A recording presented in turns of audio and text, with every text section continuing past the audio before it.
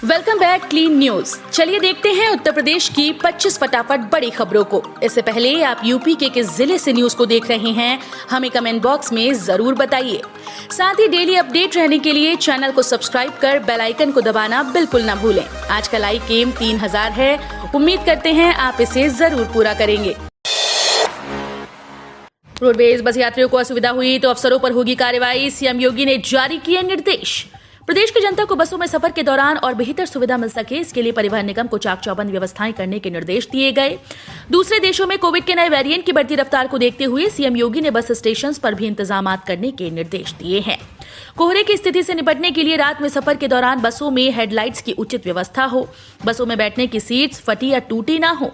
अधिकारी समय समय पर यात्रियों को मिल रही सुविधाओं की मॉनिटरिंग करते रहें।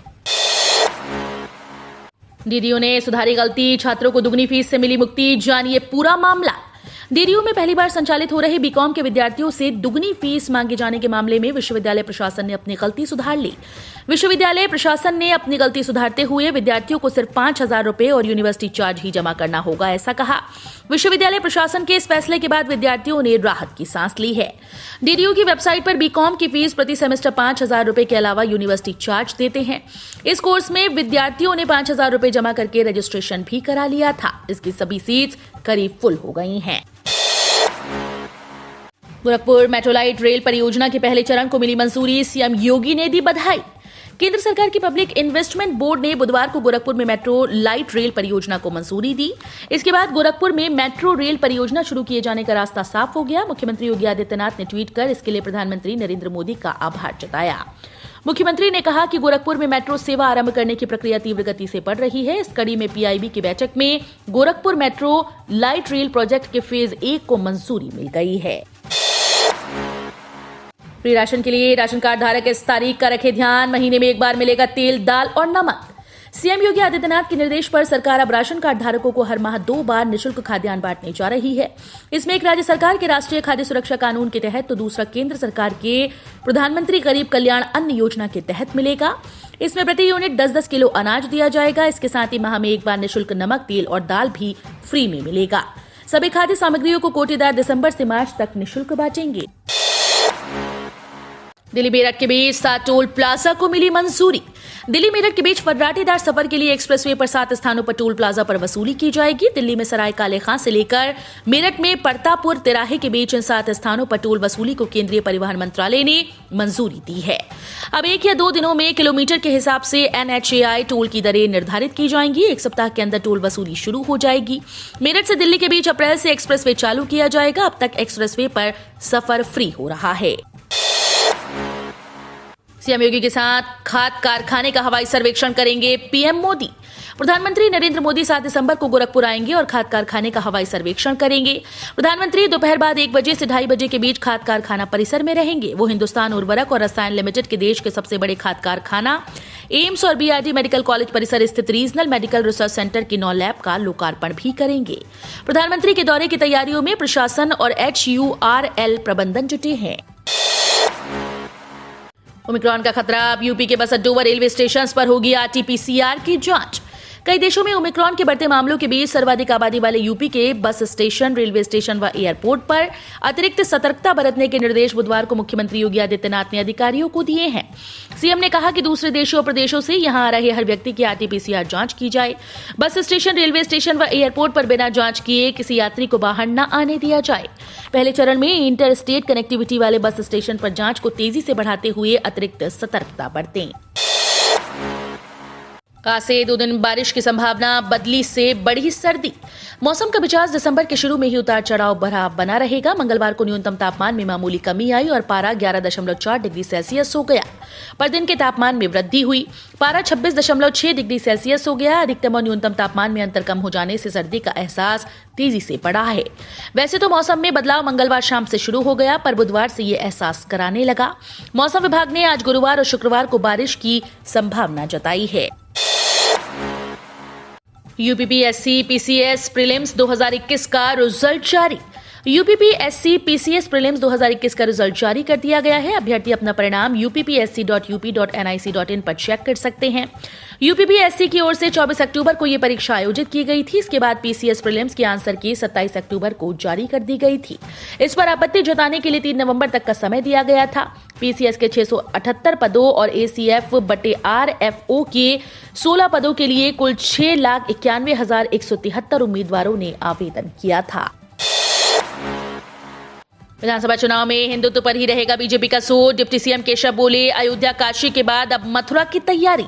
उत्तर प्रदेश में आगामी विधानसभा चुनाव की तैयारियों में जुटी भाजपा का पूरा जोर हिंदुत्व पर है। भाजपा की ओर से मंदिर निर्माण और धार्मिक मामलों को चुनावी मुद्दा बनाने की कवायद तेज हो गई। अयोध्या में राम मंदिर निर्माण और वाराणसी में काशी विश्वनाथ कॉरिडोर के निर्माण की प्रक्रिया शुरू होने के बाद अब मथुरा में भी भव्य मंदिर बनाने का दावा उत्तर प्रदेश के उप मुख्यमंत्री केशव प्रसाद मौर्य ने किया है।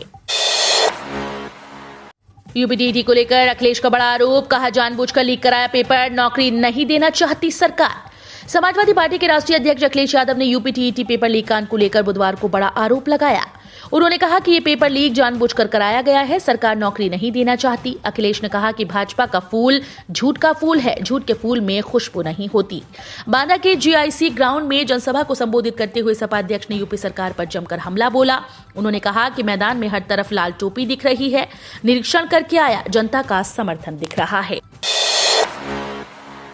अगर एमएसपी गारंटी दे दी गई तो पूरी उपज को किसानों से खरीद कर उसके भंडारण और वितरण की होगी चुनौती।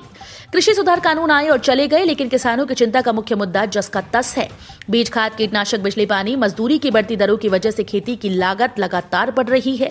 इसलिए किसान अपनी उपज के न्यूनतम समर्थन मूल्य यानी एमएसपी की कानूनी गारंटी चाहते हैं। एमएसपी की वर्तमान व्यवस्था अव्वल तो सभी राज्यों और सभी फसलों पर लागू नहीं है, तो इस पर यह सरकारों की इच्छा पर निर्भर है। पंजाब, हरियाणा, उत्तर प्रदेश और महाराष्ट्र जैसे राज्यों के किसानों को इस व्यवस्था से खूब फायदा हुआ है। देश में 15 दिसंबर से होगी अंतर्राष्ट्रीय उड़ानों की बहाली। डीजीसीए ने लिया ये बड़ा फैसला। दुनिया में कोरोना के नए वेरिएंट ओमिक्रॉन के बढ़ते मामलों को देखते हुए केंद्र सरकार ने बड़ा फैसला लिया है। सरकार ने 15 दिसंबर से अंतर्राष्ट्रीय उड़ानों की बहाली की योजना टाल दी। अब हालात का आकलन करने के बाद इस महीने की आखिर में सरकार कोई फैसला लेगी। Director general of civil aviation ने कहा कि उसकी हालात पर नजर है और वो कोरोना का नया वेरिएंट सामने आने के बाद की स्थितियों का आकलन कर रही है। राशन कार्ड में ऑनलाइन अपडेट करें फैमिली मेंबर्स का नाम, सरकारी योजनाओं का मिलेगा लाभ। राशन कार्ड हर परिवार के लिए जरूरी होता है। इसमें आपके परिवार के सदस्यों का विवरण होता है। साथ ही साथ आप राशन कार्ड से कई तरह की सरकारी सुविधाओं का लाभ भी ले सकते हैं। हालांकि इसमें आपके परिवार के सभी सदस्यों का विवरण होना बेहद जरूरी है।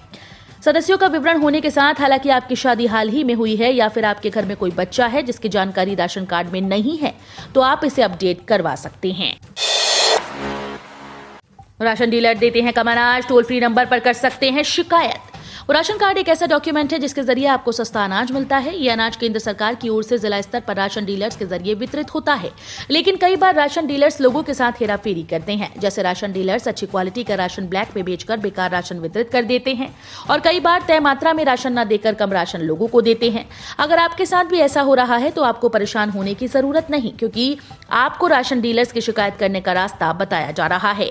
आपको बता दें कि केंद्र सरकार ने राशन वितरण में किसी भी परेशानी की शिकायत करने के लिए राज्य के हिसाब से हेल्पलाइन नंबर जारी किए हैं, जिस पर आप अपनी शिकायत दर्ज करा सकते हैं। आईआईटी-बीएचयू में शानदार ऑफर की बारिश। एक छात्र को मिला 2 करोड़ का पैकेज, हॉस्टल को ही बना दिया प्लेसमेंट हाउस। आईआईटी-बीएचयू में चल रहे प्लेसमेंट मेले में बुधवार को एक छात्र को 2 करोड़ रुपए से अधिक का पैकेज मिला। ये ऑफर अमेरिका में सैन फ्रांसिस्को की सर्विस प्रोवाइडर कंपनी ने दिया। संस्थान में कैंपस प्लेसमेंट रात 12 बजे शुरू हुआ। इसमें 1,500 छात्र शामिल हुए। बताया जाता है कि दर्जनों छात्रों पर शानदार ऑफर की बारिश हुई है। अब बिना हॉलमार्क ज्वेलरी बेची तो लाइसेंस होगा निरस्त। कल से शुरू हुए सख्त नियम लागू। कल 1 दिसंबर से देश के 256 शहरों में केवल हॉलमार्क ज्वेलरी बेचने का कानून अनिवार्य रूप से लागू हो गया। इसमें कानपुर सहित प्रदेश के सभी बड़े शहर शामिल हैं। अब बिना हॉलमार्क वाली ज्वेलरी बेचते जो भी व्यापारी पाया जाएगा उसके खिलाफ भारतीय मानक ब्यूरो के अधिकारी कड़ी कार्रवाई कर सकेंगे। केंद्रीय उपभोक्ता मंत्रालय ने 16 जून से इन शहरों में हॉलमार्क ज्वेलरी अनिवार्य कर दी थी। हालांकि व्यापारियों को 30 नवंबर तक गहनों के पुराने स्टॉक को हॉलमार्क कराने की मोहलत दी गई थी। अखिलेश को बीजेपी विधायक सुरेंद्र सिंह का चैलेंज, कहा बैरिया से लड़े तो 1 लाख वोट से हराऊंगा। अपने विवादास्पद बयानों के लिए हमेशा चर्चा में रहने वाले भाजपा विधायक सुरेंद्र सिंह ने अब समाजवादी पार्टी प्रमुख और पूर्व मुख्यमंत्री अखिलेश यादव को चैलेंज कर दिया।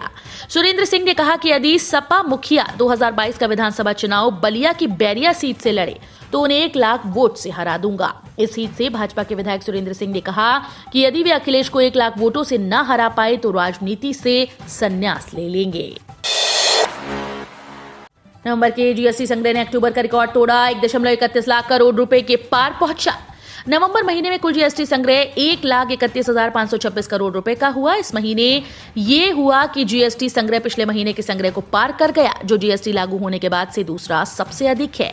वित्त मंत्रालय की ओर से जारी किए गए आंकड़ों में ये जानकारी सामने आई। ये आंकड़ा जीएसटी के लागू होने के बाद से दूसरा सबसे अधिक है। पेंशनर्स को बड़ी राहत। पेंशन की पूरी कार्यवाही ऑनलाइन और तय समय में, हर अधिकारी की जिम्मेदारी तय।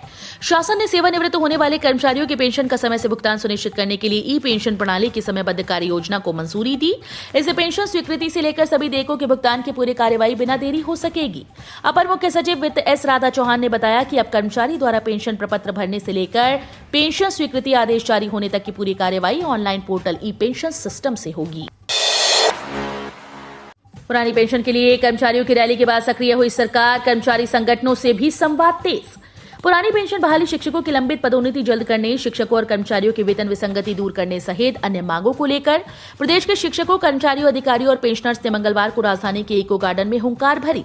उत्तर प्रदेश शिक्षक, कर्मचारी, अधिकारी और पेंशनर्स अधिकार मंच के बैनर तले आयोजित महारैली में मंच के अध्यक्ष डॉक्टर दिनेश चंद्र शर्मा ने कहा कि यदि सरकार ने पुरानी पेंशन बहाल नहीं की तो विधानसभा चुनाव 2022 में प्रदेश सरकार को सबक सिखाएंगे। फिर खत्म होंगे अच्छे दिन। 20 से ज्यादा देशों में फैला ओमिक्रॉन वेरिएंट, बड़ा खतरा बता रहे वैज्ञानिक। कोरोना वायरस के नए वेरिएंट ओमिक्रॉन का खतरा लगातार बढ़ता जा रहा है। कोविड-19 के इस स्वरूप ने पूरी दुनिया की चिंता बढ़ा दी। ये वायरस सबसे पहले यूरोप में मिला था, अब ये करीब 20 देशों में फैल चुका है। ऐसे में अब सभी के मन में एक ही सवाल गूंजने लगे हैं कि क्या महामारी एक बार फिर से बढ़ने वाली है। Netherlands national institute for public health and the environment ने कहा कि 19 नवंबर और 23 नवंबर को लिए गए नमूने ओमिक्रॉन वेरिएंट से संक्रमित पाए गए। स्वास्थ्य अधिकारियों ने 2 संक्रमित लोगों को इसके बारे में सूचित कर दिया है। इसके प्रसार को सीमित करने के लिए उनके संपर्क में आने वाले लोगों को ढूंढने की कोशिश की जा रही है। अब किसानों को नहीं होगी पैसों की दिक्कत, 5 लाख रुपए मिलेंगे। भारत सरकार के माध्यम से केसीसी योजना सहज सुनिश्चित करने के लिए शुरू की गई है कि कृषि, मत्स्य पालन और पशुपालन क्षेत्र में किसानों के लिए ऋण आवश्यकताओं को पूरा किया जा सके। ये योजना उन्हें अल्पकालिक ऋण प्राप्त करने में मदद करके और उन्हें उपकरण खरीदने और उनके अन्य खर्चों के लिए भी एक क्रेडिट सीमा प्रदान करके किया गया है।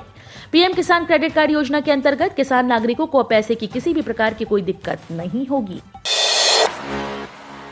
महंगाई का जोरदार झटका। गैस सिलेंडर 103.50 रुपए हुआ महंगा। दिसंबर महीने का कल पहला दिन था और महीने के पहले ही दिन आम आदमी को महंगाई का बड़ा झटका लग गया। सरकारी ऑयल मार्केटिंग कंपनीज ने 1 दिसंबर से एलपीजी गैस सिलेंडर की कीमतों में बढ़ोतरी की। देश की सबसे बड़ी सरकारी तेल कंपनी इंडियन ऑयल कॉर्पोरेशन ने 19 किलोग्राम कमर्शियल गैस सिलेंडर के दाम में 103.50 रुपए प्रति सिलेंडर तक का इजाफा किया है। सोलर रूफटॉप योजना के तहत नियमों में हुआ बदलाव। मुफ्त में अब ऐसे लगवा पाएंगे सोलर पैनल। देश में सौर ऊर्जा के उपयोग को बढ़ावा देने के लिए सोलर रूफटॉप सब्सिडी योजना सरकार की एक पहल है। सोलर रूफटॉप योजना के माध्यम से केंद्र सरकार का मुख्य उद्देश्य देश में अक्षय ऊर्जा के उपयोग को प्रोत्साहित करना है। इसके साथ ही सरकार उपभोक्ताओं को सोलर पैनल इंस्टॉलेशन पर सब्सिडी भी प्रदान करेगी। 1 kW सौर ऊर्जा के लिए 10 वर्ग मीटर की जगह की जरूरत होती है। हम रोज ऐसे ही न्यूज लाते रहेंगे। यदि आपने अभी तक क्लीन न्यूज यूपी को सब्सक्राइब नहीं किया है तो फटाफट सब्सक्राइब कर लें। साथ ही बेल आइकन को प्रेस करना बिल्कुल ना भूलें ताकि लेटेस्ट अपडेट मिस ना हो।